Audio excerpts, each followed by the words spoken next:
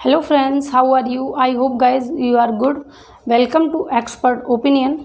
तो आज का हमारा टॉपिक रहेगा व्यंजन संधि। और व्यंजन संधि से कोई भी कैसी भी आपकी कन्फ्यूजन नहीं रहेगी, ऐसा मैं प्रयास करूँगी। तो स्टार्ट करते हैं अपनी वीडियो को। व्यंजन संधि, तो हमने स्वर संधि को डिस्कस किया था और मैंने आपको बताया था संधि का मतलब, संधि का शाब्दिक अर्थ अगर आपसे पूछा जाएगा तो संधि का शाब्दिक अर्थ आप बताएंगे कि इसका अर्थ होता है योग करना, जोड़, सुलह या मिलना। तो संधि के शाब्दिक अर्थ में क्या करेंगे आप? योग, जोड़, सुलह, समझौता, ये क्या होता है? संधि। फिर उसके बाद में एक क्वेश्चन बनता है कि संधि की परिभाषा किसे कहते हैं, किस तरीके से देंगे आप? तो दो वर्णों के मेल से जो विकार उत्पन्न होता है उसे संधि कहते हैं। फिर उसके बाद में मैंने आपको बताया था संधि के कार्य आपसे पूछे जा सकते हैं। तो संधि के कार्य में मैंने आपको पहला कार्य बताया था कि वर्ण शब्द की जो संरचना है उसको छोटा करने का काम करता है कौन? संधि। और दो पुराने शब्दों को उठाकर एक नया शब्द बनाता है कौन? संधि। इसके बाद एक और बताया था कि जैसे दो शब्द पुराने उठा लिए, मान लीजिए कि दो शब्द उठाए, विद्या, धन, अर्थी बराबर विद्यार्थी, तो जो तीसरा शब्द बनेगा नया, यानी इन दोनों शब्दों के मिलने से जो शब्द बनेगा नया, वो बनेगा विद्यार्थी। तो उस विद्यार्थी शब्द का अर्थ पुराने शब्दों के अनुसार रखता है कौन? संधि। यानी नए शब्द का अर्थ पुराने शब्दों के अनुसार रखना। तो ये तीन कार्य मैंने आपको बताए थे। तो संधि का शाब्दिक अर्थ क्या है ये आपने जाना था। संधि के कार्य क्या है ये आपने जाना था। संधि की परिभाषा क्या है ये आपने जाना था। फिर उसके बाद में मैंने बताया था कि स्वर संधि के भी 5 भेद होते हैं। कौन कौन से? दीर्घ संधि, गुण संधि, यण संधि, वृद्धि संधि और अयादि संधि। उन पांचों पर हमने चर्चा की थी विस्तृत रूप से। तो उसके बाद में आता है व्यंजन संधि और फिर आएगा विसर्ग संधि। तो आज हम बात करेंगे व्यंजन संधि की। व्यंजन संधि के लिए आपको 3 कंडीशन मिलेंगी। कौन कौन सी कंडीशन? एक कंडीशन होगी स्वर प्लस व्यंजन, यानी एक तरफ स्वर हो और एक तरफ व्यंजन हो, तब कौन सी संधि होगी? व्यंजन संधि। दूसरी शर्त है व्यंजन प्लस व्यंजन, यानी दोनों तरफ अगर व्यंजन होगा तब भी कौन सी संधि होगी? व्यंजन संधि। तीसरी कंडीशन है व्यंजन प्लस स्वर, व्यंजन प्लस स्वर, यानी आगे पहला जो शब्द है उसमें व्यंजन हो और बाद में स्वर हो तो व्यंजन संधि हो जाएगी। पहले अगर स्वर है और बाद में व्यंजन है तो व्यंजन संधि हो जाएगी, और आगे व्यंजन है और पीछे भी व्यंजन है तो भी व्यंजन संधि हो जाएगी। कहने का मतलब ये है कि किसी एक तरफ व्यंजन का होना अनिवार्य है, तभी आप व्यंजन संधि कर पाएंगे। अन्यथा कौन सी संधि हो जाएगी? अगर दोनों तरफ स्वर हुए तो स्वर संधि हो जाएगी। ठीक है, तो ध्यान रखना है कि एक तरफ व्यंजन का होना जरूरी है, तब आप कौन सी संधि करेंगे? व्यंजन संधि। एक बात ये हुई। उसके बाद में यहाँ पर मैंने आपके लिए 7 कंडीशन लिखी हैं अलग अलग व्यंजन संधि की पहचान के लिए। कोई एक कंडीशन नहीं है जिससे आप व्यंजन संधि को पहचान सकें और उसका संधि विच्छेद कर सकें।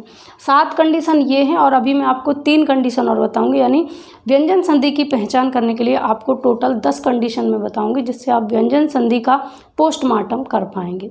तो आप यहाँ देखेंगे कि पहली कंडीशन आपके लिए दी है प्रत्येक वर्ग का। अब आप इसकी परिभाषा तो बना लेंगे व्यंजन संधि की। किस तरीके से बनाएंगे कि प्रथम शब्द स्वर तथा द्वितीय शब्द व्यंजन हो तो व्यंजन संधि होगी। या दूसरी परिभाषा बना सकते हैं कि पहला शब्द व्यंजन तथा दूसरा शब्द भी व्यंजन हो तो कौन सी संधि होगी? व्यंजन संधि होगी। तीसरा पॉइंट आप बनाएंगे परिभाषा में, यानी इसकी पहचान के लिए पहला शब्द व्यंजन और दूसरा शब्द स्वर होगा तो कौन सी संधि होगी? व्यंजन संधि। अर्थात किसी एक शब्द में व्यंजन का होना अनिवार्य है, तभी आप क्या कर पाएंगे? व्यंजन संधि। ठीक है, तो पहली कंडीशन है प्रत्येक वर्ग का पहला, तीसरा, पांचवा वर्ण शब्द का अर्थ बनाने के लिए परस्पर परिवर्तित हो जाते हैं। यानी कोई वर्ग, यानी जैसे 5 वर्ग होते हैं, आपको पता है स्पर्श जब हम वर्ण लिखते हैं तो 5 वर्ग होते हैं। का वर्ग, चा वर्ग, टा वर्ग, ता वर्ग और पा वर्ग, ये 5 वर्ग होते हैं। अब इनमें क्या है, इन वर्गों का पहला, तीसरा और पांचवा वर्ण परस्पर शब्द का अर्थ बनाने के लिए परिवर्तित हो जाते हैं। जैसे यहाँ एग्जाम्पल है वाक, धन, ईश बराबर बागीश। यानी कि ये जो हमारा पहला वर्ग का पहला वर्ण है ये किस में चेंज हो गया? तीसरे में, गा में परिवर्तित हो गया। का जो है हमारे वर्ग का पहला वर्ण है, का, खा, गा, घा, णा। ठीक है, यहाँ जो भी बोलते हैं आप, का, खा, गा, घा, अणे खाली, जो भी अलग अलग जगह पर अलग अलग इसका उच्चारण करते हैं। तो इसलिए मैं इसलिए आपसे बोल देती हूँ कि जो आप बोलते हो, ठीक है। क्योंकि ये जो होता है, मैंने सुना है कि कई जगह इसको पता नहीं कोई बोलता है चिमटा, पता नहीं क्या क्या बोलते हैं। जो भी आप बोलते हो, मतलब कहने का ये है कि इनको आप कुछ लोग इनको अणे खाली कह देते हैं। जो पंचमाक्षर में ये वाला जो है और ये है और एक ये है, ठीक है। तो इनको क्या बोल देते हैं? अणे खाली बोल देते हैं बहुत लोग। एक ये, तो इनको क्या बोल देते हैं? अणे खाली। तो इसलिए जो आप बोलते हो मैं इसलिए ये बोल देती हूँ, ठीक है। तो आपको ध्यान रखना है, प्रत्येक वर्ग का पहला, तीसरा, पांचवा वर्ड शब्द का अर्थ बनाने के लिए, यानी हमें शब्द का अर्थ बनाना। अब देखिए यहाँ ये जो लिखा है वाक धन ईश बराबर वागीश, अगर हम इसको यहाँ पर क्या लिखते कि ये जो वाक धन ईश है इसको हम कर देते, जैसे मैं यहाँ अगर इसको लिखूँ वाग धन ईश, ऐसे अगर लिखूँ वाग धन ईश, तो इसका अर्थ निकल के नहीं आ रहा, क्योंकि इस वाग का कोई अर्थ नहीं होता, इस वाग का कोई अर्थ नहीं होता। इसलिए यहाँ पर इसका अर्थ बनाने के लिए ये जो पहले, तीसरे और पांचवें हैं ये परस्पर परिवर्तित हो जाते हैं। जैसे यहाँ पर ये गा जो है किस में परिवर्तित हुआ? का में परिवर्तित हुआ, और तब इसका अर्थ बन गया वागीश, वाक धन ईश बराबर वागीश। जैसे मैं आपको और क्लियर करूँ यहाँ पर, तो आप देखेंगे जैसे ये लिखा है, पहली कंडीशन हमने यहाँ लिखा ऊपर वागीश, फिर हमने लिखा यहाँ पर वाग धन ईश, फिर हमने लिखा यहाँ पर वाक धन ईश। साथ के साथ नोट भी करते जाएंगे आप, और नोट करके मुझे कमेंट करके बताते जाएं क्या आपको समझ में आ रहा है। कमेंट करिए और आपके कमेंट का आपको रिप्लाई भी मिलेगा, तो कमेंट करते जाइए कि आपको समझ में आ रहा है। और यहाँ देखिए, अब इधर फोकस कीजिए, कमेंट पे ध्यान बंद कीजिए और इधर फोकस कीजिए। वाग धन ईश, ठीक है, ये थी पहली कंडीशन। उसके बाद में दूसरी कंडीशन होती है कि ये पहला जो पहला वर्ण है ये किस में परिवर्तित हुआ? तीसरे में, और ये हो गया वाग धन ईश, और यहाँ पर आकर बन गया वागीश। तो ये यहाँ पर आपके सामने 3 कंडीशन है, पहली, दूसरी और तीसरी, ठीक है। इस तरीके से आपको क्या करना है, इसकी पहचान करनी है कि यहाँ पर जब भी आपका पहला, तीसरा और पांचवा वर्ण होगा, ये शब्द का अर्थ निकालने के लिए परस्पर क्या हो जाएगा? चेंज हो जाएगा, परिवर्तित हो जाएगा। कमेंट करके इतना बताइए, यहाँ तक का समझ में आया? कमेंट कीजिए और बताइए क्या इतना आपको समझ में आया? तो चलिए फिर हम आगे बढ़ते हैं। एक और एग्जाम्पल मैं आपको बताती हूँ जिससे आपको और ज़्यादा बेटर समझ में आ जाए। दूसरा एग्जाम्पल, इसको आपने अगर नोट किया है तो दूसरा एग्जाम्पल लिखिए यहाँ पर। जैसे मैंने लिखा वांग में, क्या लिखा? वांग में, ठीक है, ये दूसरा एग्जाम्पल है। अब देखिए कैसे ये परिवर्तित होता है। अब यहाँ पर इसको मैं अगर ऐसे लिख दूँ, वांग प्लस में, लेकिन इस वांग का क्या है, कोई अर्थ नहीं निकल रहा, तो इसका अर्थ बनाने के लिए क्या करते हैं, ये परिवर्तित हो जाता है। ये होता है वाक धन में बराबर वांग में हो जाता है वाक, ये पहली कंडीशन। फिर ये इसमें चेंज होता है और इसमें चेंज होने के बाद हमारा बन जाता है वांग में। तो इस तरीके से हमारे जो वर्ग के पहले, तीसरे और पांचवें हैं, ये शब्द का अर्थ बनाने के लिए परस्पर किस में परिवर्तित हो जाते हैं? परस्पर ये पहले में, या जैसे ये यहाँ पर पांचवा है, ये किस में परिवर्तित हो गया? पहले में, और ये जो तीसरा था ये किस में परिवर्तित हो गया था? पहले में। तो ये परस्पर क्या हो जाते हैं? परिवर्तित हो जाते हैं शब्द का अर्थ बनाने के लिए। अब हम आगे बढ़ते हैं और दूसरी कंडीशन को समझने का प्रयास करते हैं। उम्मीद है कि पहली कंडीशन आपको समझ में आई होगी, ठीक है। फर्स्ट कंडीशन समझ में आई, तो फर्स्ट कंडीशन को मैं इरेज करूँ? कमेंट करके बताइए क्या पहली कंडीशन आपके समझ में आई? इसको इरेज किया जाए, और नोट नहीं किया है तो नोट करें। पहले, प्रत्येक वर्ग का पहला, तीसरा, पांचवा शब्द अर्थ बनाने के लिए परस्पर परिवर्तित हो जाते हैं, ये आपको लिखना है। और एग्जाम्पल में लिखना है वाग धन ईश बराबर वागीश, यानी जो हमारा ये पहला है ये किस में परिवर्तित हो गया? तीसरे में, या तीसरा किस में परिवर्तित हो गया? पहले में, ठीक है। आगे चलेंगे और हम बात करेंगे दूसरी कंडीशन की। इरेज इसलिए करना है क्योंकि आपको समझाते भी जाना है, तो स्पेस चाहिए हमें। बहुत जल्दी आपके लिए एक बड़े बोर्ड का अरेंजमेंट्स किया जाएगा जिससे स्पेस ज़्यादा हो और बेहतर समझाया जा सके। दूसरा है ता के बाद में चा जा ला आए तो ता परस्पर चा जा और ला में परिवर्तित हो जाता है। इसका मतलब है कि जब भी ता के बाद में, ता जो है ता था दा धा ना, ये जो ता है इसको जब भी ये आएगा यानी आधा ता जब भी आएगा तो इसके बाद में जब कभी क्या आएगा, जा आए, चा आए या ला आए, ये किस में परिवर्तित हो जाएंगे, ये परिवर्तित हो जाएंगे जा यानी आधे जा में, आधे ला में और आधे चा में। इस तरीके से ये परिवर्तित हो जाएंगे। ठीक है, एग्जाम्पल्स आपके सामने, जैसे सत धन चल, तो ये क्या हो जाएगा, सच्चल। क्या हो जाएगा, सच्चल। जैसे हम दूसरा एग्जाम्पल लें, उत धन जल ज्वल, उत धन ज्वल, तो ये क्या हो जाएगा, उज्ज्वल। डबल जा आएगा, आधा, उज्ज्वल। इस तरीके से हो जाएगा। यानी जब भी ता के बाद जा आएगा, जैसे ता के बाद यहाँ क्या आया, ता के बाद में क्या आया, जा, तो ये किस में परिवर्तित हो गया, आधे जा में परिवर्तित हो गया, उज्ज्वल हो गया। पहले से है जा और ये ता किस में परिवर्तित हो गया, आधे जा में, तो ये क्या हो गया, उज्ज्वल हो गया। ठीक है, वैसे ही हम नेक्स्ट एग्जाम्पल्स भी ले सकते हैं इसको समझने के लिए। अगला एग्जाम्पल क्या हो सकता है, इस चीज़ को समझने के लिए नेक्स्ट एग्जाम्पल मैं आपको देती हूँ। जैसे हम लिख सकते हैं, मैंने यहाँ आपके सामने नेक्स्ट एग्जाम्पल एक और लिखा है, जैसे उच्चारित। जैसे हमने लिखा उत धन चरित्र, तो हम इसको क्या लिख सकते हैं, ये जो ता है किस में चेंज हो जाएगा, आधे चा में, तो उच्चरित हो जाएगा। उत धन चरित्र बराबर, उत धन चरित्र बराबर उच्चरित।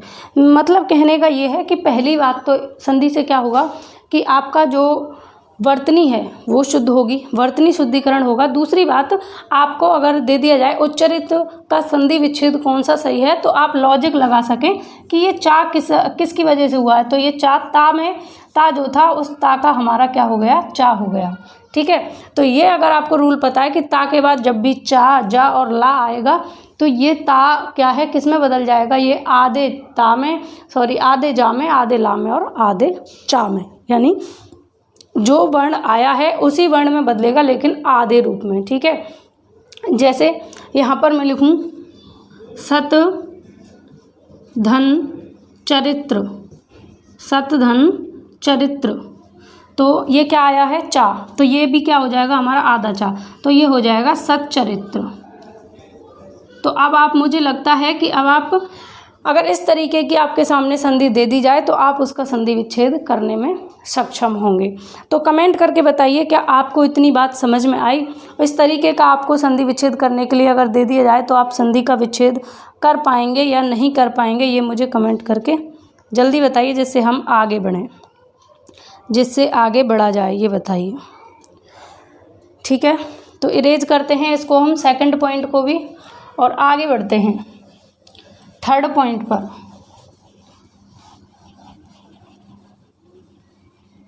थर्ड पॉइंट पे बढ़ेंगे, कमेंट भी करते रहें जिससे ऐसा लगे कि हाँ आप लाइव पढ़ रहे हैं और आपके कमेंट का मैं रिप्लाई करती रहूँगी, तो बताते रहें कि आपको समझ आ रहा है या नहीं।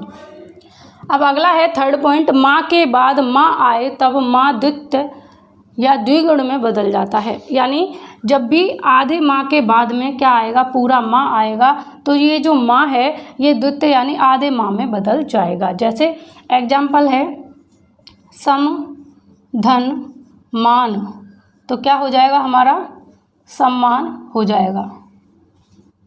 ठीक है, तो इस तरीके से जब भी हमारा आधे माँ के बाद में पूरा माँ आएगा तो ये द्वित्य में या द्विगुण में बदल जाएगा। ठीक है, उसके बाद में अगला पॉइंट है चौथा। थर्ड पॉइंट को समझ पाए कमेंट करके बताइए पहले, तब हम आगे बढ़ेंगे। जब भी आधे माह के बाद, यानी आधा जो माह है इसके बाद में अगर पूरा माह आएगा तो हमारा जो माह है वो किस में बदल जाएगा, द्वित्व में, यानी आधे माह में बदल जाएगा। इतनी बात आपको क्लियर हुई? तो कमेंट करिए और हम बढ़ेंगे आगे फिर अगले 4th पॉइंट पर। इतना हम इरेज कर लेते हैं और 4th पॉइंट की बात करते हैं। साथ के साथ नोट करते जाइए, ये जो जानकारी है आपके लिए बहुत हेल्पफुल रहेगी और हमेशा के लिए। ये नहीं है कि आज आपको क्विज देना है तो आप बस आज पढ़ लें संधि और क्लियर हो गया, ठीक है, हमें क्या ज़रूरत। नोट्स बनाते जाइए ताकि दोबारा संधि पढ़ने की ज़रूरत ना पड़े, क्योंकि कंपटीशन में बार बार आपको यही सब्जेक्ट पढ़ना पड़ता है। तो एक बार अगर आप अच्छे से नोट्स बना के रखेंगे तो दोबारा इन पे आपको ज़्यादा मेहनत करने की ज़रूरत नहीं है, सिर्फ रिवाइज करने की ज़रूरत है। 4th पॉइंट है, यदि सम उपसर्ग के बाद सम उपसर्ग के बाद या माँ के बाद क्री क्रिया से बना शब्द आए तो दोनों के बीच दंतव्य शा का आगम होता है। कभी भी सम उपसर्ग के बाद या आधे माह के बाद क्री क्रिया से बना कोई शब्द आएगा तो क्या होगा, वो परस्पर किस में बदल जाएगा, दंतव्य सा में परिवर्तित हो जाएगा। जैसे यहाँ पर हमने लिखा सम उपसर्ग, समधन कृति, तो ये किस में बदलना है हमें, दंतव्य शा में। क्या हो जाएगा ये, संस्कृति। जैसे सम धन कृत, क्या हो जाएगा ये, संस्कृत। जैसे सम धन करण, तो क्या हो जाएगा ये, संस्करण। ठीक है, तो इस तरीके से ये परिवर्तित होगा। तो इस कंडीशन को भी लिखिए, यदि सम उपसर्ग या आधे माह के बाद कभी भी क्री धातु से या क्री क्रिया से बने शब्द आएंगे तो परस्पर इन दोनों का परिवर्तन दंतव्य शा में हो जाएगा। ठीक है, तो आगे हम बात करेंगे पॉइंट नंबर 5 की, क्योंकि हम 4 तक समझ चुके हैं। यदि सम उपसर्ग के बाद में कभी भी आधा माह या फिर क्री धातु से या क्री क्रिया से बने शब्द आएंगे तो क्या होगा, फिर दंतव्य सा हो जाएगा।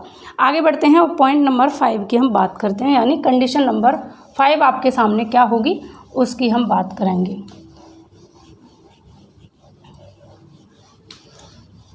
शेयर कर दीजिए वीडियो को अगर अच्छा लग रहा है, समझ में आ रही हैं चीज़ें। पॉइंट 5 कह रहा है आपके सामने, परि उपसर्ग के बाद क्री क्रिया के शब्द आए तब मूर्धन्य शा का आगम होता है। जैसे मैंने अभी बताया था कि सम उपसर्ग के बाद क्या आए, सम उपसर्ग हो, और सम उपसर्ग के बाद में क्या आए, सम उपसर्ग के बाद क्री क्रिया से बने शब्द आए तो फिर क्या होगा, हमारे कौन से सा का आगम हो रहा था, तो उस समय हमारे दंती सा का आगम हो रहा था, इस वाले सा का। ठीक है, जैसे सन प्लस कृत से क्या बना था, संस्कृत। ठीक, ये आया था, तो आगम किसका हुआ था, सा का। कौन से वाले का, दंती सा का। अब कंडीशन है कि परि उपसर्ग हो, अब सम उपसर्ग ना हो, कौन सा उपसर्ग हो, परि उपसर्ग हो। कौन सा उपसर्ग, परि उपसर्ग हो, और उसके बाद में क्या हो, क्री क्रिया के शब्द आए तब क्या होगा, कौन सा सा आएगा, मूर्धन्य शा आ जाएगा, यानी मूर्धन्य शा का आगम होगा। आगम का मतलब उसकी उत्पत्ति होगी या आ जाएगा, ये हम कह सकते हैं। अब एग्जाम्पल्स देखते हैं, जैसे देखिए परि धन कृत, परिधन कृत, यानी परि के बाद में क्या आया, कृत, तो ये क्या हो जाएगा, परिष्कृत। कौन से शा का आगम हुआ, मूर्धन्य शा का आगम हुआ। ठीक है, जैसे परिधन करण, तो क्या हो जाएगा, परिष्करण। ठीक, इस तरीके से हमारे मूर्धन्य शा का आगम होगा। कब होगा, जब परि उपसर्ग होगा और उसके बाद में क्री क्रिया से बना कोई शब्द आएगा तो क्या होगा, हमारे मूर्धन्य शा का आगम होगा। जैसे मैंने यहाँ लिखा परि प्लस कार, तो क्या बनेगा इन दोनों से मिलकर, परिष्कार। तो कौन से शा का आगम होगा, इस वाले शा का। अगर हम लिख देते सम धन कार, तब क्या होता, तब हो जाता संस्कार। कार। तो जब सम उपसर्ग के बाद में कार आया तो कौन सा सा आया, हमारा दंती सा आया। और परी उपसर्ग के बाद में कार आया तो कौन सा सा आया, मूर्धन्य सा आया। इनके नाम भी ध्यान रखिए, क्योंकि ये क्वेश्चन ये भी पूछ लिया जाता है कि निम्न में से कौन सा मूर्धन्य सा है। तो ये वाला सा जो होता है, षटकोण वाला सा, ये मूर्धन्य सा होता है, और ये वाला सा जो होता है इसे दंती सा कहते हैं। कई बार क्या होता है, आप किसी को सा बोल रहे हैं, अब वो आपसे कहेगा कौन सा सा, तो आप कहते हैं सीटी वाला सा, सवाल वाला सा। इसका सही तरीका है आप बोलिए दंती सा। क्या बोलेंगे आप, दंती सा, मूर्धन्य सा, तालव्य सा। इस तरीके से आप बोलना है आपको, दंती, मूर्धन्य और तालव्य, ठीक है। और एक चीज़ आप इनको भूलें ना, उसके लिए मैं आपको बता देती हूँ। जैसे वर्ग हैं, आप कैसे याद रखेंगे कि ये कौन सा वर्ग है और इसका उच्चारण स्थान क्या है। जैसे का वर्ग है, चा वर्ग है, टा वर्ग है, ता वर्ग है और पा वर्ग है।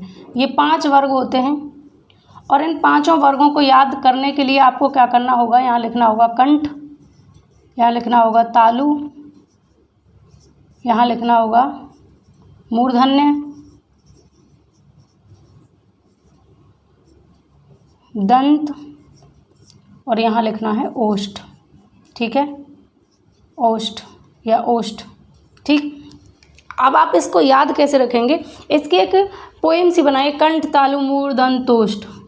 कंठ तालु, कंठ तालु मूर्धन्य ओष्ठ, दंतोष्ठ। इस तरीके से इसको याद कर लीजिए, कंठ तालु मूर्धन्य ओष्ठ। इसको अगर याद रख लेंगे या ऐसे लिख लिए मूर्धन्य ओष्ठ, तो इससे आपको पता रहेगा कि कंठ, फिर कंठ के बाद में जो अगला हमारा वर्ग है वो क्या होता है, तालव्य, फिर मूर मतलब कि मूर्धन्य, दंत मतलब दंती, और ओष्ठ का मतलब ओष्ठ। तो कंठ तालु मूर्धन्य ओष्ठ, ये सूत्र समझिए इसको। अगर आप इसको याद रख लेते हैं तो इनका उच्चारण स्थान आप कभी नहीं भूलेंगे कि का वर्ग का उच्चारण स्थान क्या है, चा का उच्चारण क्या है, ता का और टा का क्या है, पा का क्या है। इसके अंदर और भी आते हैं, जैसे का के बाद खा, गा, घा और अणा, इस तरीके से आते हैं। अब आपसे मान लीजिए गा का उच्चारण स्थान पूछ ले जाए तो आपको पता है का वर्ग में जितने भी वर्ण आते हैं उनका सबका उच्चारण स्थान क्या होता है, कंठ होता है। जैसे चा में पूछ ले जाए, चा में और भी आते हैं, चा, छा, जा, झा और अइया। आपसे पूछ ले जाए कि जा का उच्चारण स्थान क्या है, आपको पता है ये किस में आता है, कौन से वर्ग में आता है। पहले आप देखेंगे कि किस वर्ग में आता है, कि चा के बाद बोल के देखेंगे चा, छा, जा, तो जा हमारा किस में आ रहा है, चा वर्ग में। आपने याद किया था कंठ तालु मूर्धन्य ओष्ठ, तो आपने देखा कंठ तो है नहीं क्योंकि का वर्ग हो गया। कंठ तालु, तालु मतलब चा वर्ग है, तो हमारा जो जा है इसका उच्चारण स्थान क्या होगा, तालव्य, इसका उच्चारण स्थान हो जाएगा। तो इस तरीके से आप इनको याद रख सकते हैं, उच्चारण स्थान को आप कभी नहीं भूलेंगे, बस इस चीज़ को याद रख लीजिए, कंठ तालु मूर्धन्य ओष्ठ।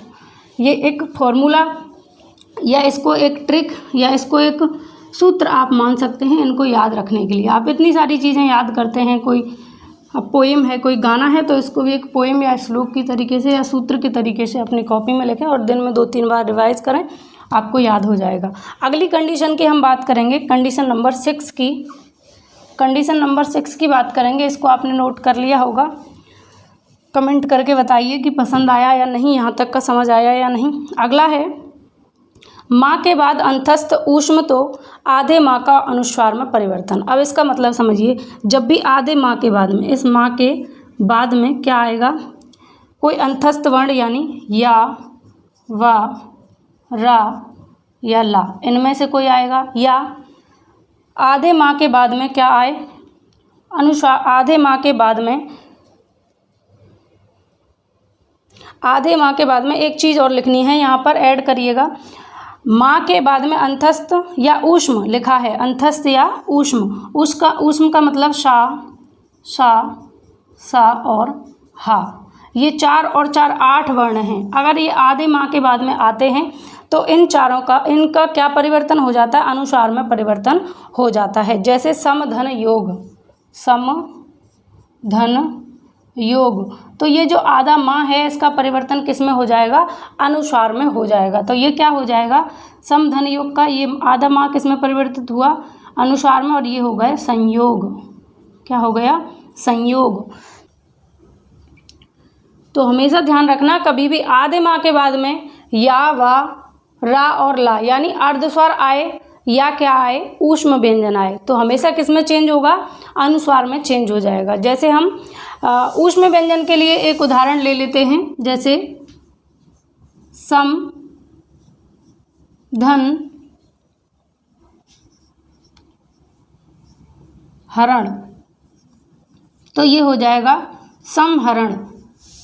या फिर दूसरा एग्जाम्पल हम इसका लें, जैसे दूसरा बना सकते हैं क्या, सम, धन, इनमें से कोई एक ले लेंगे,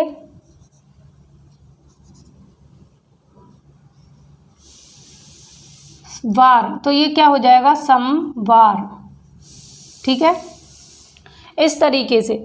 तो आपको ध्यान रखना है, आधे माह के बाद में कभी भी अंतस्थ या ऊष्म वर्ण आएंगे तो किस में परिवर्तित हो जाएगा, आधे माह का हमेशा अनुस्वार में परिवर्तन हो जाएगा। ठीक है, जैसे सम, धन, योग, है ना, और बना सकते हैं आप इनमें से किसी वर्ण को उठाकर। ठीक, जैसे सम, धन, सार, तो इसका क्या बन जाएगा, संसार।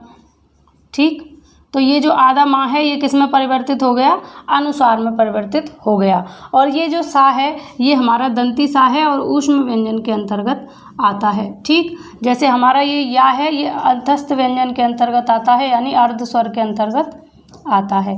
अब हमारी अगली कंडीशन है कंडीशन नंबर 7, और फिर उसके बाद में बाकी की जो कंडीशंस हैं वो मैं आपको बता दूंगी और आप अच्छे तरीके से, जैसे और भी एग्जाम्पल हैं, सम, धन, रक्षण, संरक्षण होगा, सम, धन, लग्न, संलग्न होगा, सम, धन, वाद, संवाद होगा, सम, धन, सार, संसार होगा। ठीक है, तो कभी भी आधे माह के बाद में अर्ध स्वर या ऊष्म व्यंजन आएंगे तो उसका आधे माह का अनुस्वार में परिवर्तन हो जाएगा। ये आपको ध्यान रखना है, नोट कर लीजिए अगर नोट नहीं किया है तो। आगे चलते हैं, पॉइंट नंबर 7 है आपके सामने, स्वर के बाद छा आए तो चा, जो स्वर है, स्वर के बाद में अगर छा आए तो चा का आगम होता है। यानी कोई स्वर है, जैसे मान लीजिए अनु, नीचे एग्जाम्पल अनु, और फिर है छेद, तो यहाँ पर स्वर क्या है, ये मान लीजिए मैंने अन को निकाल लिया अलग, और यहाँ स्वर क्या है, ऊ, और उसके बाद में क्या आ रहा है, छा आ रहा है। तो जब भी स्वर के बाद में छा आएगा तो किसका आगम हो जाएगा, आधे चा का आगम हो जाएगा। तो आप खुद से भी डेफिनेशन बना सकते हैं, तो ये हो जाएगा अनु, और यहाँ पर आधे चा का आगम हुआ तो ये हो जाएगा अनुच्छेद। ठीक है, अगला एग्जाम्पल, जैसे वृक्ष, धन, छाया, वृक्ष, धन, छाया। अब ये वृक्ष जो है, इस छा में क्या छुपा हुआ है, आ, जैसे इसको निकाल लें तो ये हलंत लगाएंगे और यहाँ होगा आ, और स्वर के बाद में जब भी छा आएगा तो क्या होगा, चा का आगम हो जाएगा, तो ये हो जाएगा व्रत छाया, व्रत छाया, क्या हो जाएगा, व्रत छाया। ठीक, व्रत छाया, तो ये हमारा यहाँ पर करेक्ट होगा। आगे हम बात करें और एग्जाम्पल्स अगर लें, जैसे मात्र, धन, छाया, तो क्या हो जाएगा, मात्र छाया, क्या होगा ये, मातृ छाया। व्रत छाया ऐसे नहीं लिखेगा, ये होगा व्रत छाया, इस तरीके से, क्योंकि इसमें तो हमारे कोई परिवर्तन होगा ही नहीं, चा का आगम होगा, तो ऐसे होगा शुद्ध रूप व्रत छाया। ठीक, जैसे मातृ छाया, जैसे अनुच्छेद, क्योंकि हमारे इसमें कोई परिवर्तन नहीं हुआ, सिर्फ हमें चा का आगम करना है। कब, जब स्वर के बाद में छा आएगा तो किसका आगम हो जाएगा, चा का आगम हो जाएगा। तो ये आपके 7 पॉइंट्स थे, 7 कंडीशन थी, किसकी, आपको पहचान करनी है व्यंजन संधि की। अब आगे की कंडीशंस मैं आपको बता देती हूँ, बाकी की बची हुई 3 कंडीशंस, उनको भी आप नोट करते जाइए और कमेंट करके बताते जाइए कि आपको समझ में आ रहा है या नहीं। अगली कंडीशन है, यदि स्वर के बाद, मार्कर चेंज कर लेते हैं,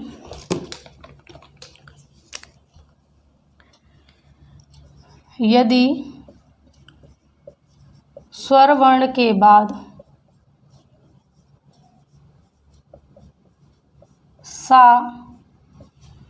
आता है, यदि कोई स्वर वर्ण है और उसके बाद में सा आता है तो दंती सा का परिवर्तन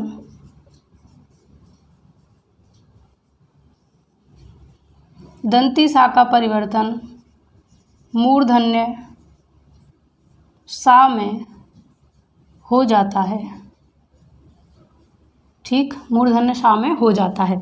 अब एग्जाम्पल से आप समझ पाएंगे। जैसे मान लीजिए एग्जाम्पल लिखा मैंने, अभी धन शेक। ठीक है, ये है अभी धन शेक। अब ये जो यहाँ पर स्वर है क्या, जैसे हमने अब अलग निकाला तो यहाँ पर स्वर है ई, और जब स्वर के बाद में क्या आएगा, दंती सा, यानी ये वाला सा, तो इस सा का किस में परिवर्तन हो जाएगा, मूर्धन्य सा, यानी इस वाले सा में। तो ये क्या हो जाएगा, अभिषेक। ठीक है, तो कई बार ये एग्जाम में पूछा जाता है कि अभिषेक का सही संधि विच्छेद क्या होगा, तो ध्यान रखना ये वाला सही होता है। और इससे आपको ये भी पता लगता है कि अभिषेक को शुद्ध रूप में कैसे लिखा जाता है। तो इस तरीके से अभिषेक को शुद्ध रूप में लिखा जाता है। तो ये वाली कंडीशन अगर समझ में आई हो तो कमेंट करके बताएं। हम आगे बढ़ते हैं कंडीशन नंबर 9 पर। ये कंडीशन नंबर 8 है। तो कंडीशन नंबर 8 समझ में आई। कंडीशन नंबर 9 की हम बात करेंगे। अगली कंडीशन होगी कंडीशन नंबर 9 डालेंगे और अब लिखेंगे, यदि ता वर्ग के बाद, यदि ता वर्ण के बाद, यदि ता वर्ण के बाद हा आए, यदि ता वर्ण के बाद हा आए तो आगे लिखिए,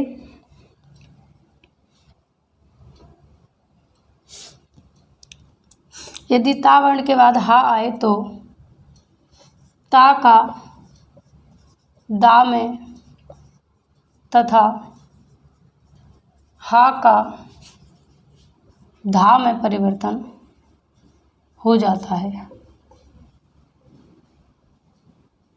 हो जाता है। ये कंडीशन है, यदि ता वर्ण आता है और उसके बाद में क्या आ जाए, हा आ जाए, तो क्रमशः ता का परिवर्तन हो जाता है दा में और हा का परिवर्तन हो जाता है धा में। ये आपको ध्यान रखना है कि ता किस में बदलेगा, दा में, और हा किस में बदलेगा, धा में। जैसे एग्जाम्पल लेते हैं हम उद्धरण। क्या लेते हैं, उद्धरण। अगर आपसे पूछ ले जाए उद्धरण का संधि विच्छेद क्या होगा, तो आप कैसे लगाएंगे।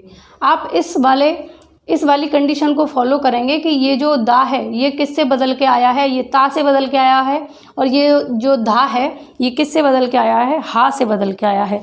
तो इसका संधि विच्छेद आप कैसे करेंगे, उत धन हरण, क्योंकि हमारा ये जो ता है ये किस में बदला, दा में बदला, और फिर उसके बाद में ये जो हा है किस में बदला, धा में। तो ये होता है उद धन हरण बराबर उद्धरण, उद्धरण।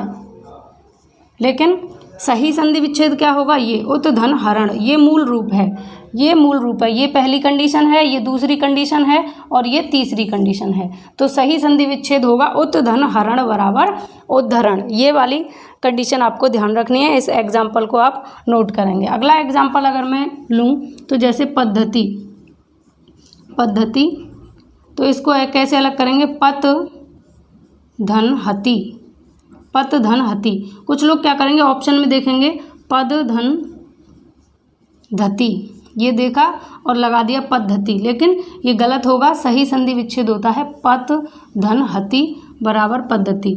ये होती है यहाँ पर पहली कंडीशन, यहाँ दूसरी कंडीशन, और ये है तीसरी कंडीशन। पहले इसमें होगा पत धन हति, फिर उससे बदल कर क्या होता है पद धन धति, और फिर बनता है पद्धति। ठीक है, ध्यान रखेंगे। ऐसे ही और एग्जाम्पल्स आप ले सकते हैं। जैसे आप ले सकते हैं उद्धार, उत धन धार, तो उद्धार हो जाएगा पद्धति उद्धरण। ये सारे किसके एग्जाम्पल हैं, 9वीं कंडीशन के। यदि ता के बाद में हा आएगा तो ता का परिवर्तन किस में होगा, दा में, और हा का परिवर्तन धा में होगा। और ये चीज़ें आपको तब और ज़्यादा बेहतर क्लियर हो जाएंगी जब आप ज़्यादा से ज़्यादा प्रैक्टिस करेंगे। और प्रैक्टिस आपको क्विज में कराई जाएगी सभी तरीके के एग्जाम्पल्स की। जितनी आप प्रैक्टिस बेहतर करते हैं उतनी ही आपकी कन्फ्यूजन्स दूर होती चली जाती हैं। और लास्ट कंडीशन आप लिखेंगे, 10वां नंबर डालेंगे, और अगली कंडीशन को आपको लिखना है, यदि ता के बाद सा आए, यदि ता के बाद सा आए। एक लास्ट क्लास होगी जिसमें आपको ट्रिक भी बताई जाएगी। यदि ता के बाद में मूर्धन्य सा आए तो ता का परिवर्तन ता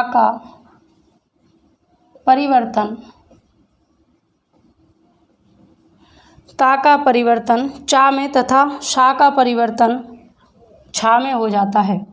तो ता का परिवर्तन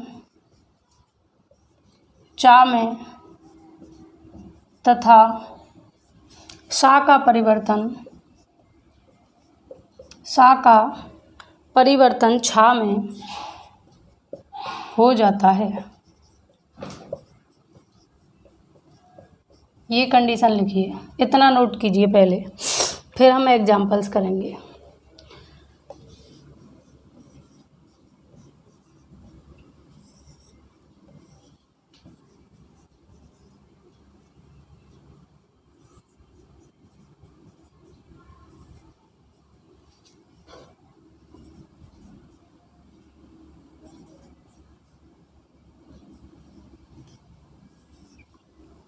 ये देखिए, ये 3 चीज़ें लिखी हुई हैं। अगर आपसे पूछा जाए कि सच्छास्त्र का शुद्ध रूप कौन सा होगा या निम्नलिखित में से कौन सा सही शब्द है या शुद्ध वर्तनी है, तो आप सोचेंगे कि सत धन शास्त्र बराबर सच शास्त्र है, तो ये सही है, लेकिन ये गलत है, ये भी गलत है।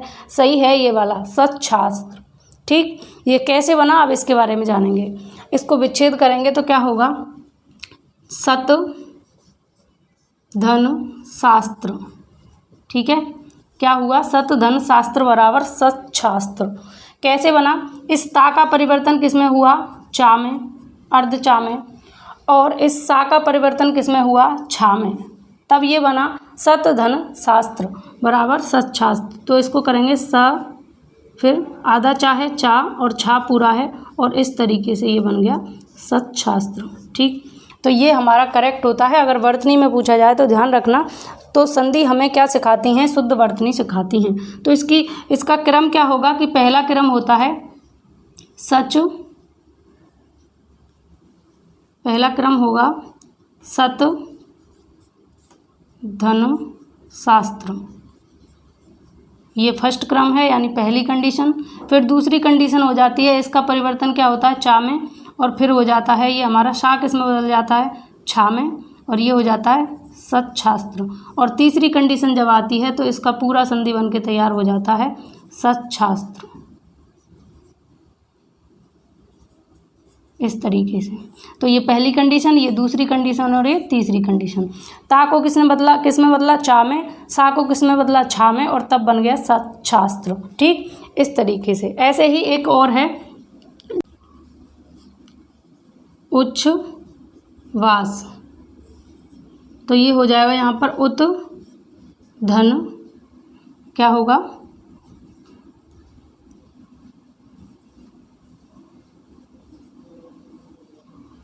छवास, और यहाँ हो जाएगा उत धन श्वास, ऐसे। तो ये पहली कंडीशन, ये दूसरी कंडीशन और ये तीसरी। अब इसको समझेंगे। जैसे हमने देखा था उत धन श्वास बराबर क्या होगा, उच्छ्वास। अब इसका संधि विच्छेद करते समय आपको ध्यान रखना है कि ये जो हमारा ता है ये किस में बदल जाता है, चा में, और ये जो सा है ये किस में बदल जाता है, छा में। तो पहली कंडीशन ये, दूसरी ये बदलकर, और तीसरी कंडीशन में संधि बनकर तैयार होती है। तो उच्छ्वास सही ये वाला शब्द होगा। इसी तरीके के और एग्जाम्पल्स मैं आपको कराऊंगी क्विज में, जैसे हर रोज़ कराई जाती है आपको, तो आपने इस कंडीशन को नोट कर लिया होगा, और कमेंट करके बताइए कि अब तक का जितना भी कराया गया वो आपको समझ में आया या नहीं। और आज इलेक्ट्रिसिटी प्रॉब्लम थी, बार बार लाइट का जाना आना चलता रहा, तो इस वजह से बीच में कई बार कट लग गया आपकी इस वीडियो में। तो फ्रेंड्स, आपको ये वीडियो कैसी लगी कमेंट करके ज़रूर बताएं, और अगर पसंद आई हो तो लाइक ज़रूर करें और अपने फ्रेंड्स के साथ में शेयर करें। मिलेंगे अगले क्लास में, जिसमें हम विसर्ग संधि के बारे में चर्चा करेंगे, और विसर्ग संधि की आपको ट्रिक भी बताई जाएगी कि आप किस ट्रिक से और कैसे लॉजिक लगाकर विसर्ग संधि को सॉल्व करेंगे। इसके अलावा स्वर संधि और व्यंजन संधि की भी लास्ट क्लास में आपको ट्रिक बताई जाएगी। तो चलिए मिलते हैं अगली वीडियो में, तब तक के लिए गुड बाय। आप अपना ख्याल रखें, और 11 बजे जो आपके लिए हिंदी की क्विज होती है उसमें आप अपना बेस्ट करने का प्रयास करें। Take care.